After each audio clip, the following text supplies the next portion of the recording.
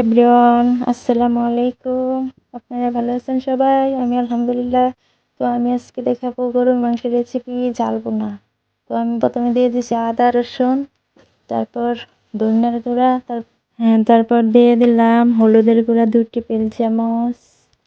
এখন আমি দিয়ে দেব লবণ 3 টেবিল চামচ পরিমাণ, কারণ আমার এখানে 3 কেজির মতো প্রায় গরুর মাংস আছে। এখন দিয়ে দেব মরিচের গুঁড়া 2 টেবিল চামচ।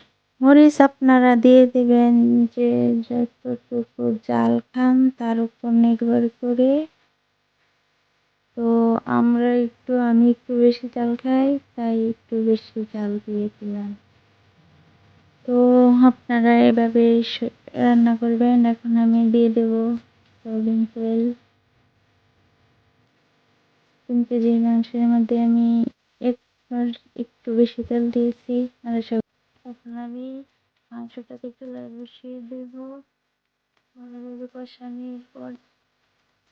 কষানো হয়ে গেছে, তাই আমি ক্যামেরাটা অন করতে ভুলে গেছিলাম। তো এখন আমার কষানো হয়ে গেছে। তো আমি একটু পানি দিয়ে রেখে দেব আধা ঘন্টার জন্য।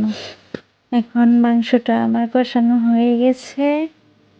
এখন আমি পানি দিয়ে আবার ঢেকে দেব আবার আধা ঘন্টার জন্য।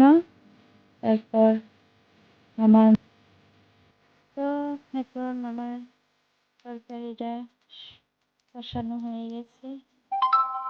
তো আমি সামান্য পানি দিয়ে ঢেকে রেখে দেবো আবার আধা ঘন্টা পরে এসে দেখি আমার তরকারিটা পুরোপুরি হয়ে গেছে, মানে মাংসগুলো সব সিদ্ধ হয়ে গেছে।